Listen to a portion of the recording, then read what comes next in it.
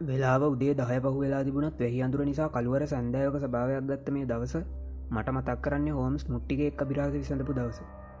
එදා උදේම මම බේකරි වීදියේ බෝඩිමට ගියේ හෝම්ස්ගෙන් ලැබුණු පණිවිඩයකට. මොකද හෝම්ස් හදිස්සියම මට එන්න කිව්වේ. අපිට විසඳන්න අලුත් කේසයක් හම්බුණා වොට්සන්.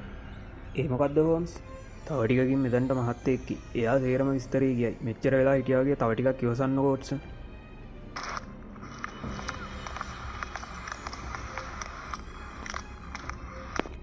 මට වැඩි වෙලාවක් ඉවසන්න වෙන එකක් නෑ වගේ හෝම්ස්. අර කිව්ව මහත්තයා එනවා වගේ. නෑ වොට්සන්, ඒ එන්නේ කාන්තාව. හෝම්ස් කොහමද ඒක හරියටම කියන්නේ? ඔය එන්නේ හඩ්සන් ඕන වොට්සන්. මම හඩ්සන් ඕනට කිව්වා අපිට කෝපි දෙකක් ගේන්න කියලා. මෙන්න කෝපි ගෙනාවා. බොහොම ස්තුතියි හඩ්සන් ඕන.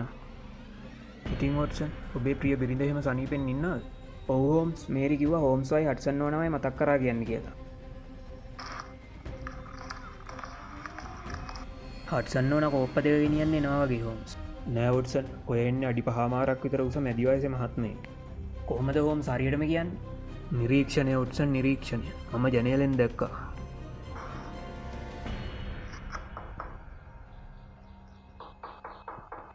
කවුද ආවේ?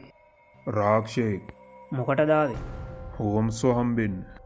ආච්චිලා හාල් කරන්න වොට්සන්. ඇතුළට එන්න මහත්මයා, හයත් ඉඳගන්න. හෝම්ස් මහත්මය, මම අසේල. මන් තමයි ඔබතුමාට උදේ කතා කරේ. හොඳයි අසේල මහත්තයා, අපිට මුලින්දම්ම කතාව කියන්නකෝ. මෙහෙමයි හෝම්ස් මහත්තයෝ, මගේ වයිෆ් දීපිකා මුට්ටිකේක් බිස්නස් එකක් තමයි කරේ. කලින් දවසේ ඕඩර් අරගෙන අපි ඊළඟ දවසේ මගේ කාර් එකේ යනවා මුට්ටිකේක් ටික බෙදන්න.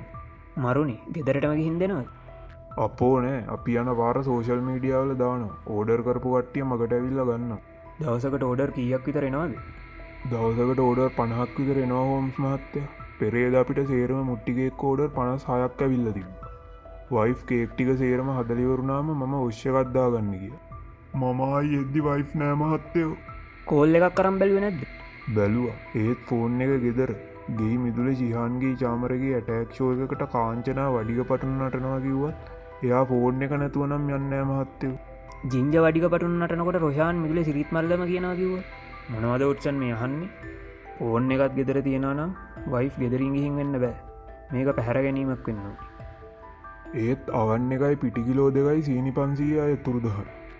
සල්ලි රත්තරන් බඩු වගේ වටින කියන කිසිම දෙයක් නැතිලා නැද්ද? නෑ, වෙන කිසිම දෙයක් නැති වෙලා නෑ. අසේල මහත්තයාගේ වයිෆ්ට හතුරු එහෙම හිටියද? කේක් දාලා දෙන මුට්ටිය පොඩි කියලා කීව දෙනෙක් බැන්නත් ලොකුවට නම් හතුරු හිටියේ නෑ හෝම්ස් මහත්තයා. අපිට අසේල මහත්තයාගේ ගෙදර පරීක්ෂා කරන්න වෙනවා.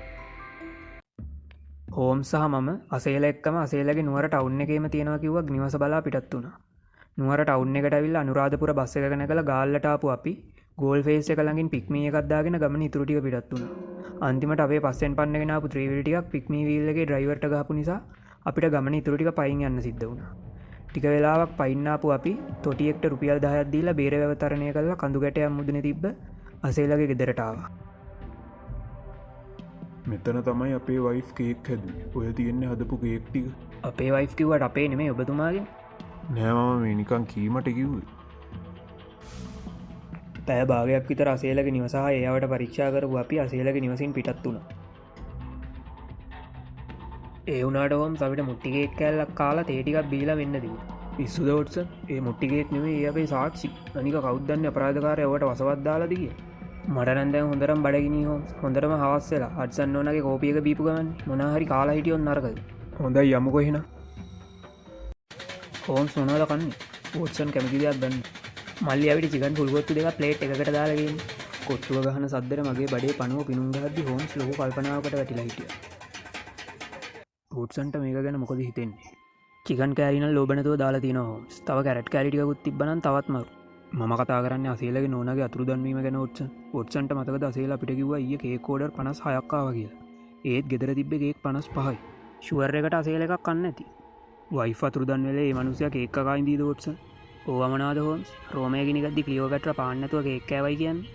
හැබැයි හෝම්ස් මම මුත්‍රාවරක් ඇදලා එළියට ගිය වෙලේ මම දැක්ක ගේ පිටිපස්සේ එළිය පේලියට තනින් තන කේක් කෑලි තියෙනවා. දීපිකා නෝනට පින්තකා අසේල පරවියන්ට කේක් දුන්නද දන්නේ? අතිවිශිෂ්ටයි මිත්‍රයා, අතිවිශිෂ්ටයි. අපි දැන්ම අසේලගේ ගෙදරට යන්න ඕනේ. එතකොට හෝම්ස් කොත්තුව? හෝම්ස් සහ මම නැවතත් අසේලගේ නිවසට පැමිණියමු. අසේලගේ නිවස පිටු පසට ගිය ම හෝම්ස්ට කේක් කැබලි වැටී තිබුණු තැන් පෙන්නුවේ. අපි දැනටමත් පරක්කු ඉවොත්සන් කේක් කෑලි දැනටමත් කුරුල්ල කාලා දීපිකානෝන යනගමන් කේක් කෑලි පාරදිකට දාගෙන යන්නද කාඩහරි යාව හොයාගන්න ලේසිවෙන පිස්සුනේ හෝම්ස් මගදිකට ගස්සල අතුකට කඩා ගියා නම් ලේසින් කේක් කෑලි කුරුල්ල කාලා වුණාට ඉතුරුණු පොඩි කෑලි නිසා තාම කූම්බින්න අපි මේ පාරදිගේ දිගටම යමුවොත්ස කේක් කැබලි ඔස්සේ දිගටම ගිය අපිට ගමන නවත්තන්න ඕනේ අඩිපාර දෙකට බෙදුණු නිසා පාරේ කේක් කෑලි අවසන් වුණු නිසා බෙදුණු මාර්ගයේ එක් පසක විලද්ද අනෙක් පස නිවසක්ද විය වොට්සන් එක්කො දීපිකානෝන විලේ නැත්තං අර ගෙදර විලේ නම් දැනටමත් අපි පරක්කුයි ඒ නිසා අපි ගෙදරට ගිහින් බලමු ගෙදර කවුද බල්ල බැඳලාද මේ මහත්තුරු කවුද? අපි පරිසර හිතකාමී මදුරු මර්ධනයකගේ මෙහෙනම් මදුරුව නෑ. මොකද මේ තොප්පි දාගෙන නිකන් රහස් පරීක්ෂකයෝ වගේ. මේ ඔළුව මදුරුව කනවටනේ මහත්තයා අපිට වතුර වීදුරුවක් බොන්න පුළුවන් ඇතුළට ඇවිල්ලා වාඩි වෙන්නකො මම අරගෙන එන්න. ඔට්සන්ට ඇහුණද සද්‍යයක් අපි මෙහෙට එද්දි නෑනේ හෝම්ස් මොකක්ද මිනිහා රැප් එකක් අහා හිටි මිනිහාව කතාවට අල්ලගන්න හොඳ මාතෘකාව මෙන්න වතුර දෙක.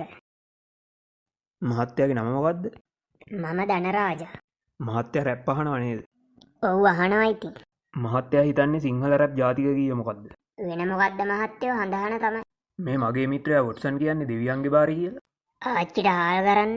ධනරාජ මහත්මයා විවාහයම වෙලාද අනේ නෑ මම ඉතින් තනි කඩයන්නේ. තනියම මේ ගෙදරින්න පාලු නැද්ද ළඟපාත ගයක්වත් නෑනේ එහෙම පාළුවක් නෑ මහත්තයෝ. රැප් එකක් අහගෙන ෆ්‍රීලාන්ස් වැඩක් කරගෙන ඉන්නවා. අද ඉතින් තනියම මේ ගෙදරට වෙලා හිටිය නේද වැස්සේ ඒගෙත් අමුතු ආස්වාදයක් තියෙනවා ඉතින් ඔව් ඒක ඇත්ත. මේ තනිකමට මම ආදරේ මහත්තයෝ. මේ ගහකොළ, මේ ඇලදොල, මේ සතා සීපාව. ඇති ඇති අපිට පරක් වුණා අපි යනවා අර මනුස්සයා කිව්වා උදේ ඉඳන් ගෙදර තනියම හිටියේ කියලා. ඒත් මේසෙ උඩ කෑම පිඟන් දෙකක් තිබුණා. මෙතන මොකක් හරි රහසක් තියෙනවා වොට්සන්. අපි හොරෙන් ගිහින් ආයි පරීක්ෂා කරමු. නිවස පිටුපසින් ගොස් අප මද වේලාවක් සැඟවී බලා සිටියෙමු. මද වේලාවකට පසු අප දුටුවේ ධනරාජා එතන කුඩා මඩුවක ගැටගසා සිටි කාන්තාවක් රැගෙන යාමට සැරසෙන ආකාරය. වහා මෙතනට පැන අප ධනරාජා අල්ලා ගත්තෙමු. ධනරාජා එහෙනම් තමුන් තමයි මේක කරේ. තමුන්ට තනියම ඉඳලා එපා වෙලා අනුන්ගේ නෝනලා උස්සනව නේද? අනේ නෑ මහත්තයෝ මෙතන එහෙම දෙයක් නෑ. මම මුට්ටි කේක් කන්න හරි ආසයි. ඒ වුණාට මේගොල්ලන්ගේ මුට්ටි කේක් හරි ගණන්. මුට්ටියක් කිව්වට සෙල්ලම්පත් වෙන සයිස් මුට්ටියකට කේක් හදලා දෙන්න. මම මේ නෝනව ඉස්සේ මෙයාව හිර කරගෙන දිගටම මුට්ටි කේක් හදාගෙන කන්න. ඒක ලාභයි ඕඩර් කරලා ගන්නවට වඩා. ධනරාජාව පොලිසියටත් දීපිකා නෝනාව සේල මහතාටත් බාර දුන්න අපි අපගේ මුදල රැගෙන කොත්තුවක් දකා නැවත බේකරි වීදිය බලා පිටත් වුණා.